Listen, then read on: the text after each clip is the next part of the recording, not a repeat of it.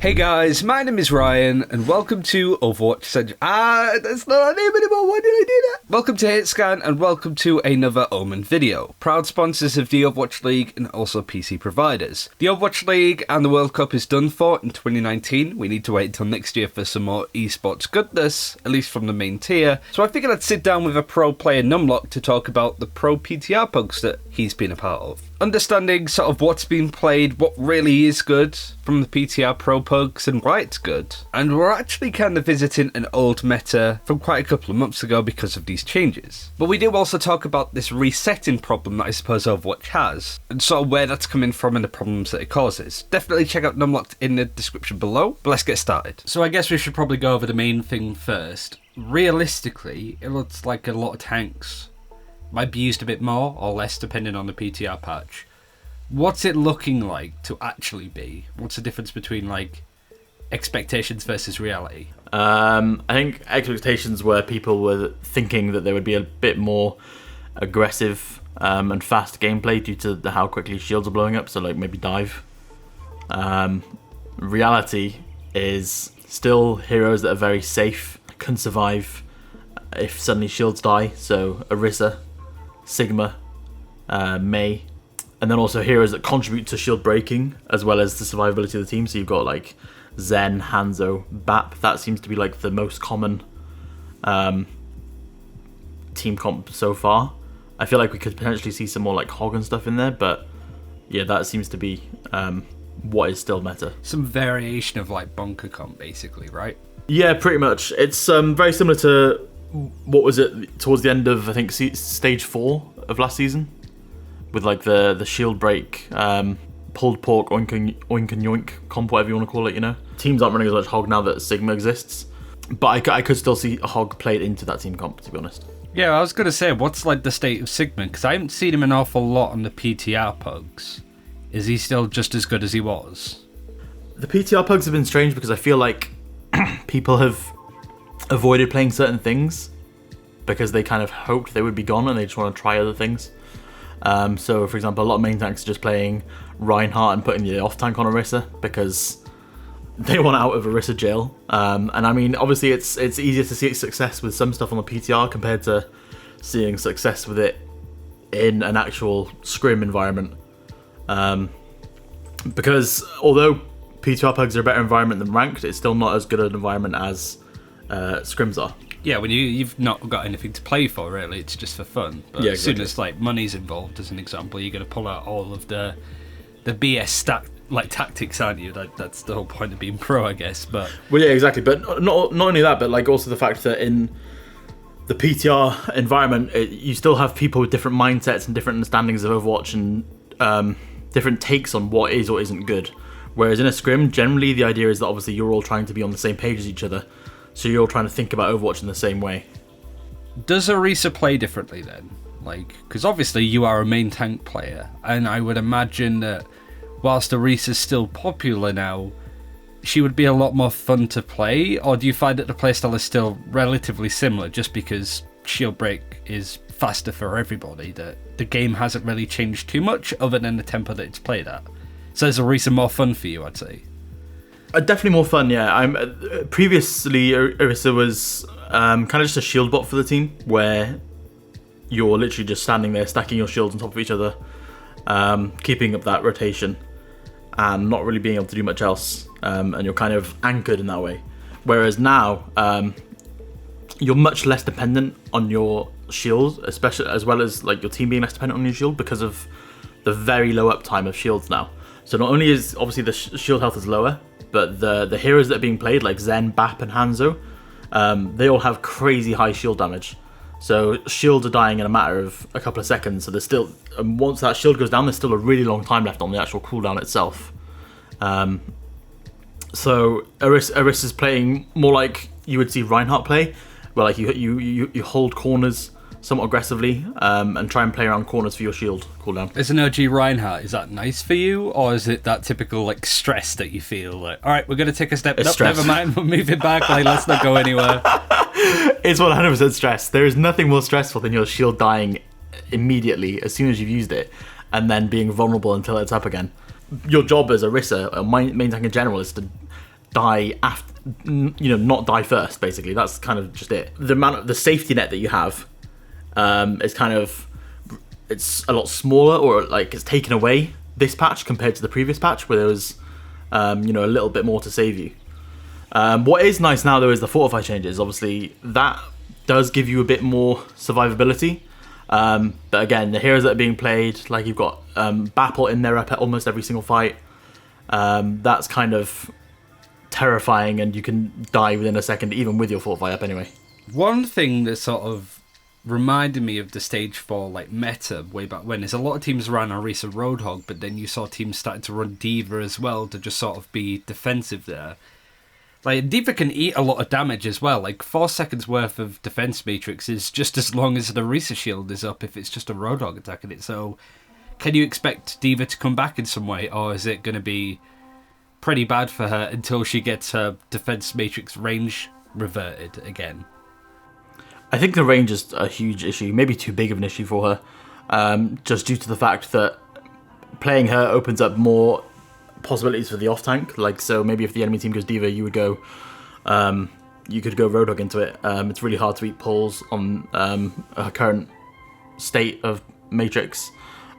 She also then kind of only becomes a matrix bot for the team, and you lose out on a lot compared to if you have a Sigma who can still do the same sort of job as her without giving up as much in other areas. And that sounds like it'd be a really good thing just for the game as a whole. Like, it's not often that you would say buff and D.Va would be a good thing for the game, but like you said, like, you'll have teams running Roadhog or D.Va or even Sigma in some capacity that, whilst the main tank might often just be Orisa, the off tank can at least change the playstyle of what you're doing based on who they're playing. If they're playing Roadhog, you could be a much more aggressive Orisa. If it's D.Va, you might want to sit back a little bit. Like, I assume that's something that you sort of want as a main tank play. If you're playing the same hero, is at least some variation on how you play. For sure, yeah. I mean, but ideally, we end up in a situation where it's a complete like rock paper scissors meta. That I think is kind of the goal for, or maybe not the goal, but what everyone enjoys the most in Overwatch, where there's not just variety within one role that changes the way you play, but variety in each role to mix things up. You sort of mentioned Orisa Reinhardt before as something that you played on the pugs. Is there any merit to running that? Can you actually see teams running that more than they used to, which was never before? Like, is that something that you would expect to see in the future? I don't think so. I think what would just happen is the Orisa gets ignored when she fortifies, the Reinhardt gets run down by a Mei, frozen, and then he's just dead. I don't see anything else happening. I think it's really easy to be in the Reinhardt's face and deal with him.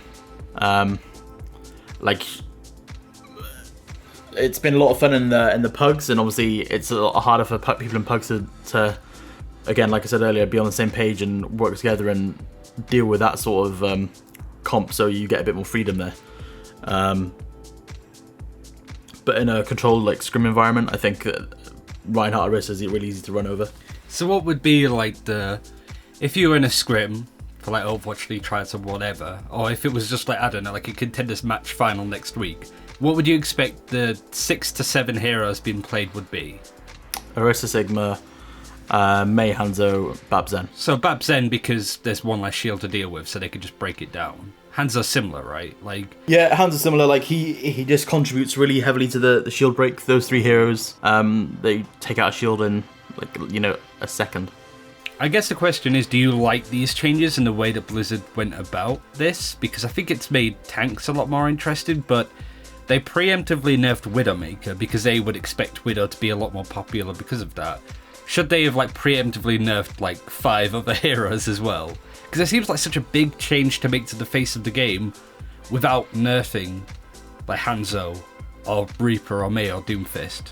Doomfist to an extent, but like Reaper and Mei especially. Yeah, I think they needed to make more nerfs happen in those places you mentioned. I think the issue with the game at the moment is there's a lot of power creep happening and like kind of reaching its peak.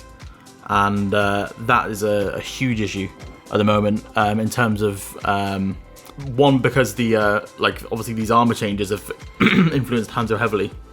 And secondly, just the way healing and self-sustain, or sustain in general in the game, works at the moment. A lot of these fights or team comps are the way they are because, like Bap or Moira being huge issues for the most part, enabling long fights to happen, which then enables their characters further. With things like Bapple having a build time of like one team fight, and so that itself is a huge issue. So I guess where are you sort of like looking at then? Because it's a weird one. Like I almost feel sorry for Blizzard because so many people are like, it's the barriers that are the problem. There's too many barriers in the game. Then they sort of fix that, and then it's like there's too much damage and there's too much healing. Like it must be really awful for them to try and balance something like that because it seems that it's just going to be wonky either side of the scale, no matter what. Well, I mean, I think it is healing you have to look at first because that's been the issue, kind of the root of all problems since GOATS, where there was too much, the way healing worked in the game then. Brig was a huge issue, and Brig kind of complemented GOATS and enabled GOATS. Moira too. Looking into the next comp again, where for the most part it was like May Reaper and stuff being played. Again, that's because of how long these fights were lasting.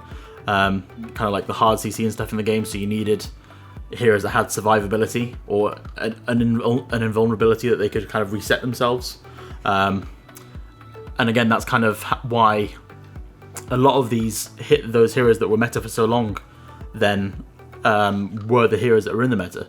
Like Orisa, Fortify, you get rushed down, you fortify, fight resets. Reaper, you go deep, you Wraith, and fight resets. May, you go deep, you try and free someone, you punish them, you ice block, fight resets. Moira gets rushed down, shifts out, fight resets. Sigma gets rushed, has to Matrix and back out, fight resets. They like every single hero has a way of resetting themselves in the fight, and that's that in part, in combination with the way that a healer like Moira can have a fight lasting so long just by constantly having someone topped up full health. Those are kind of power creeps that not necessarily. Sorry, those are the kind of things that contribute to the meta being the way it is. And an issue, a reason of why we need these kind of nerfs to come in. Is it a nerf to sort of the healing or damage here? Because it sounds to me like it's a problem that too many heroes have too many like get out of jail free cards. Like it's almost like the Roadhog experiment of like Roadhog hooks you and should kill you, but Moira has Fade, Reaper's Wraith, Doomfist could just like punch and get out of there. May has Ice Block, Orisa's Fortify. Like there's so many heroes that have an ability that's I got outplayed here. Let me just press this button and I can survive. Like, is that a bit of a problem that there's so many, like, oh shit buttons in the game? I personally think so, but I think a lot more people would argue the fact that the bigger issue is that once those abilities have been used, the fight can sustain itself for so long through, like, Moira or something. Just, like, with both teams constantly bashing each other, Moira could sustain both teams until aggression happens again, and then the fight would reset itself with those cooldowns, and then we're back to Moira sustaining everyone again. Or like a fight would be over at this point because Moira ults or whatever. We've gone sort of very like doom and gloom, but like are there any interesting things that you've noticed on the PTR that like people are competitive, where the meta isn't as strict as it was before, that like, Wrecking Ball is now really good as an example. Like, was there anything that you think outside of the very strict pro meta that people might want to try now that they may not have been able to try before? I think mostly just Ball and Hog are going to be potential picks for off tags at least. I think I could see Ball potentially working. Less so in like committing to dives, but more so in like knocking people around. The enemy team places a lamp down, everyone stacks up. Ball can look for plays around that. Hog can try and play on the flank. The enemy team doesn't have an Ana, so there's no real punishment for the Hog. He can play around the flanks a lot more, as long as he is wary of where the May is. There's no real... He doesn't really need to worry too much about being caught out by anything. He's not going to suddenly get slept on the flank, so he can be a bit more aggressive and look at off angles, especially because what's happening is teams are playing on corners, they're lamping, and they're just playing that out. So that gives a lot more freedom on the flanks. What about Winston at the moment then? Because you played him a little bit, probably just for fun, but like, are there any situations where you can see him being used, like on certain maps? Obviously, if the enemy team isn't running, May Reaper as an example, like, what kind of situations should you be looking out for if you're playing competitive and go, oh, they don't have this or that, and we're playing on Gibraltar, we should play Dive, we should play Winston? And in a ranked setting, it's obviously just if you can kind of get away with playing him if the enemy team don't have anti-tank heroes and if you're good at the character. But he's still not great because he struggles to gain much value. Like the situations I like to play him into, in ranked at least, are like no anti-tank heroes, and like if the enemy team has an Ana, a hero that you can play around to shut off heals from and kind of just pull away from the enemy team so that they have less sustain. But obviously if the enemy team are running like maybe an Ana Brig, or if the enemy team have a Moira instead of the Ana, your job kind of becomes insanely hard because they have more sustain than you can deal with. Winston struggles at the moment to deal damage through most of the healing in the game, at least alone. So it's really hard to gain value from him in a situation where your team aren't committing to dive, and obviously your team can't commit to dive in this current meta. Is it a sort of a new thing that Wrecking Ball would be played in an off-tank role, or has this been something that's been around since roll-up? Because he was always like a sort of main tank, but always in some like triple DPS dive comp. I think it's kind of been up in the air what his role is. I think he's very versatile in that he can be played by the main tank or the off tank. I think it's valuable for both the main tank and the off tank player to be able to play him, because I think he can be called on by either of the roles at any time. I think right now, though, more specifically with how strong Orisa's been, obviously she kind of got buffed with the Fortify thing. I think she got more of a buff than a nerf. Like, yeah, the shield changes hurt her, but the Fortify change is absolutely nuts. So I think Ball is definitely better in the off-tank role right now, just because you want Orisa as your anchor. I guess in short, I remember Swimmer tweeting, like, within like the first couple of days of the PTR patch, saying that stuff's relatively going to stay the same. It sounds like you agree, but in short, why is stuff staying the same even though we've had some pretty drastic changes on the PTR? Invulnerabilities and healing and stuff is very much unchanged. So it's very hard to get kills in these long fights. So things that have survivability, shield damage, and a way to survive these long fights basically are still meta, which is essentially what we had meta before anyway. Finally, where can people see more of you? It's a bit of downtime in the Overwatch League and Contender, so what are you doing over like the Christmas period and stuff? I am streaming a lot of streaming. You can find me at twitch.tv/numlocked. I've streamed like 100+ hours so far this month, and there's like a week of the month left. So I'm just going to be doing more of that in the next couple of months, so catch me there. More PTR pugs? Hopefully. And that's it for this time. Thank you very much for watching. Do definitely check out Numlocked in the description, like I said. And also big shout out to Omen for helping support this video. Like I said in the last video, I am currently in Yorkshire visiting my family, and I've been able to work from an Omen 15 laptop. It's been great. So if you want to get somebody else or yourself a very nice Christmas present, you know where to look. Thanks for watching. Take care. We'll see you next time.